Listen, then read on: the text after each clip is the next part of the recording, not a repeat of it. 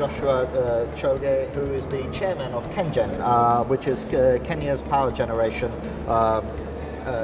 company, and has got a really colourful history as well. There's some interviews I've done with KenGen in the past, which you can look at and talk to that. But Joshua, firstly, welcome.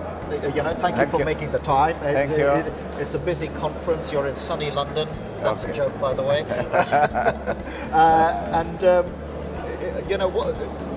What are some of the things that you're looking to achieve from a KenGen perspective, being at an event like this, which has got all the power investors around and so on? Okay. Thank you. When we come to such conferences, we have certain people we are trying to target. KenGen generates 70% of the power consumed in our country, Kenya. And we have a pipeline of projects that we've lined up the next 10 years up to the next 20 years. So with this lineup of projects, we're looking for people that we can partner with.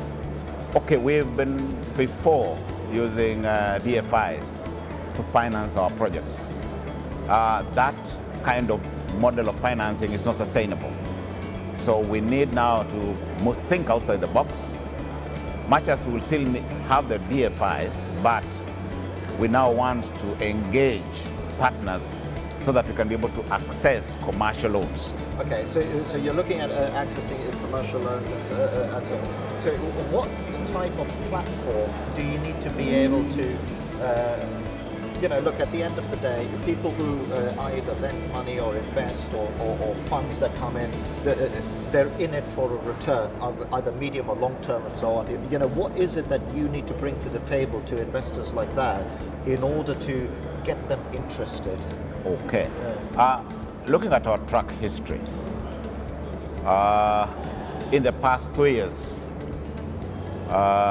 we have done a return on capital that's above 10%. Our net profit in the past 1 year was about 110 million USD. With that kind of return on an asset base of about 3.8, we find for the energy sector is a good return. Going forward, we are focusing mostly on geothermal. Okay, it's capital intensive and it takes time to reward. But because of our experience, we have de-risked these investments. So the investors coming in do not have to overprice their investments because we've already de-risked. We already have the steam. So there's no risk of sinking the money in a drilling well and getting a dry well. We are just bringing them in to be partner with us to convert the steam into energy.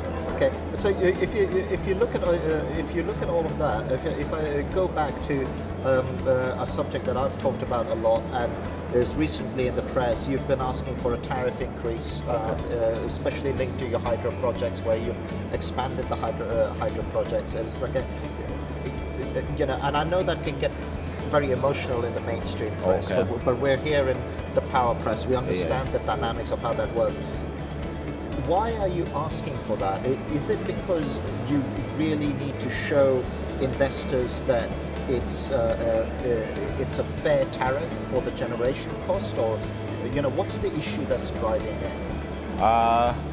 What I can say, what has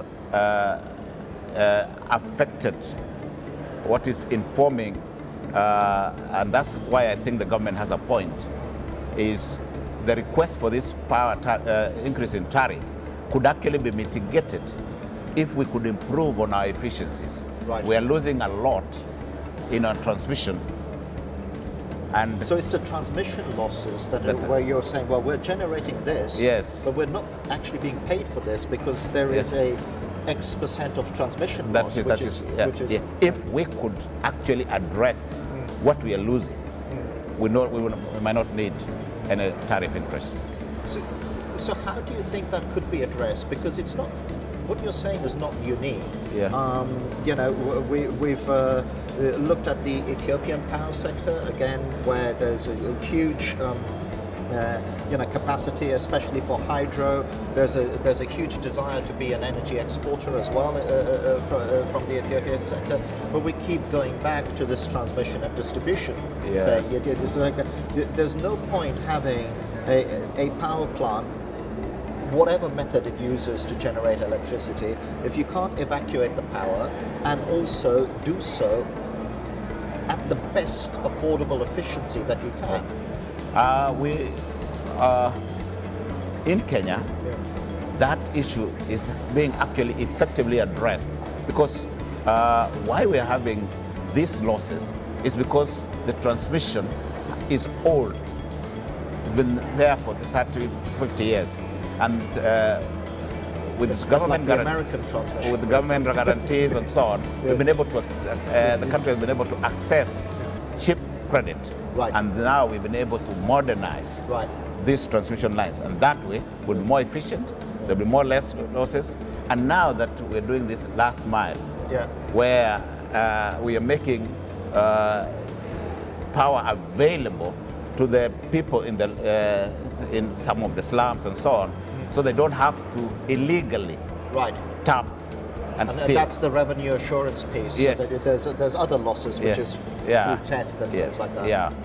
And what's the you know, what's the roadmap for that? I mean, how long do you think it'll take for you to see a transmission and distribution grid that effectively has the right efficiency in order for you? Because I go back to the financing question. Yes. Right? Yeah, you know, because a financier is not, in most cases, some magnanimous altruistic entity.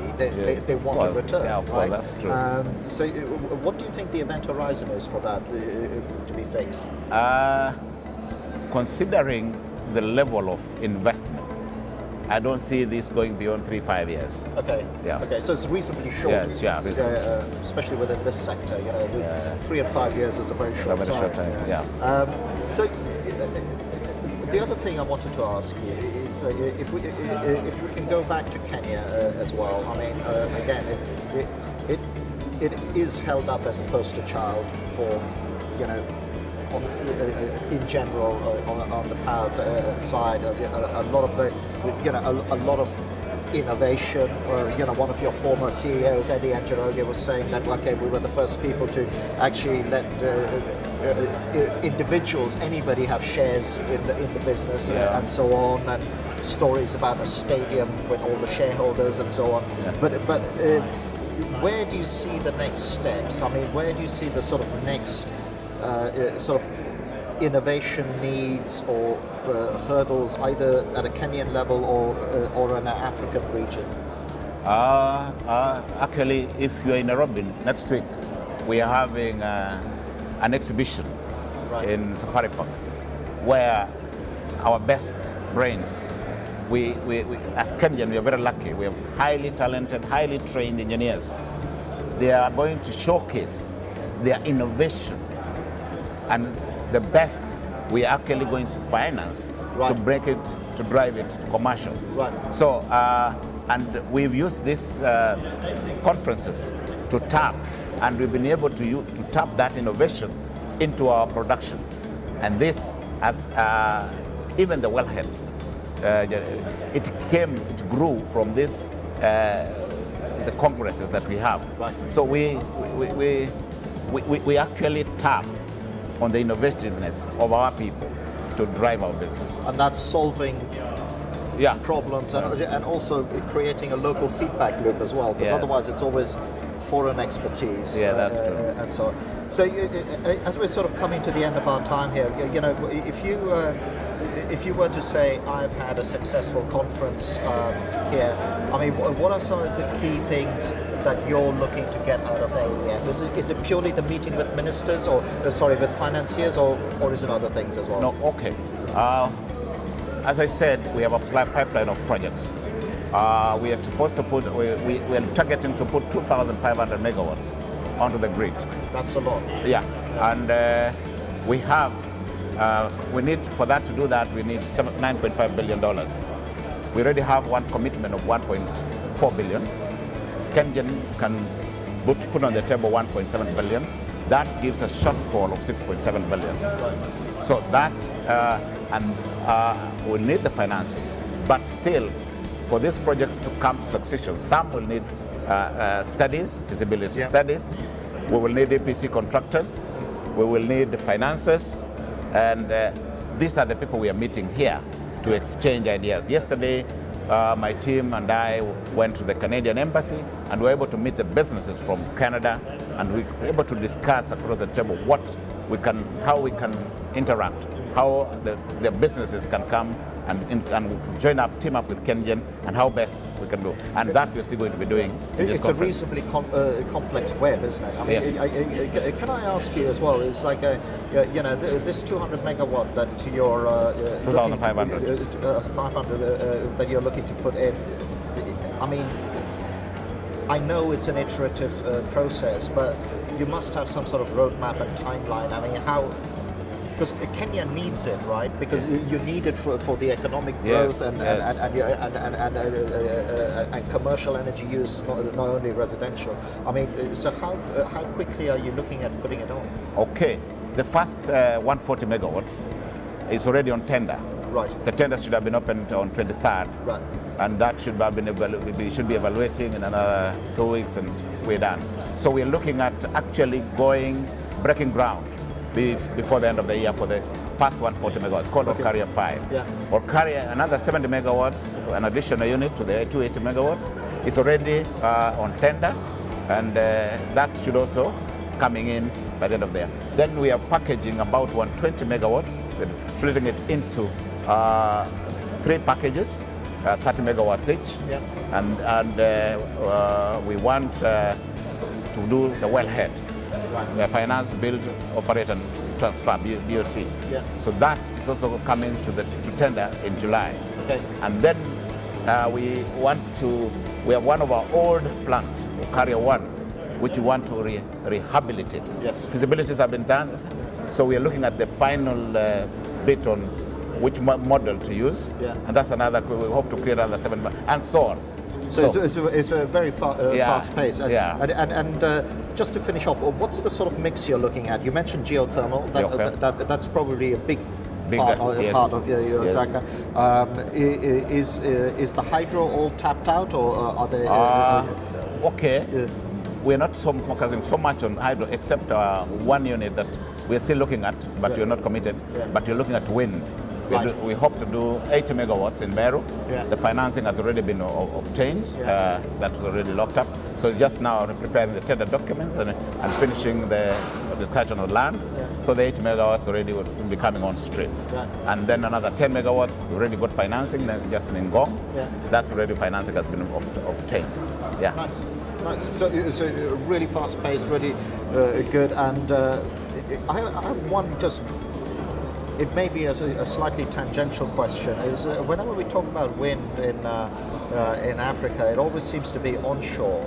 Well, certainly what I'm seeing. Yes. There's a few isolated things that's not going on. So, and everywhere else, maybe this is just a cause and effect. Like New York, they're trying to build everything offshore, and this is just an observation. Why do you think that is? Is it because you guys have more land, or is that what it is? Well, maybe, and maybe we don't have the technology for the offshore.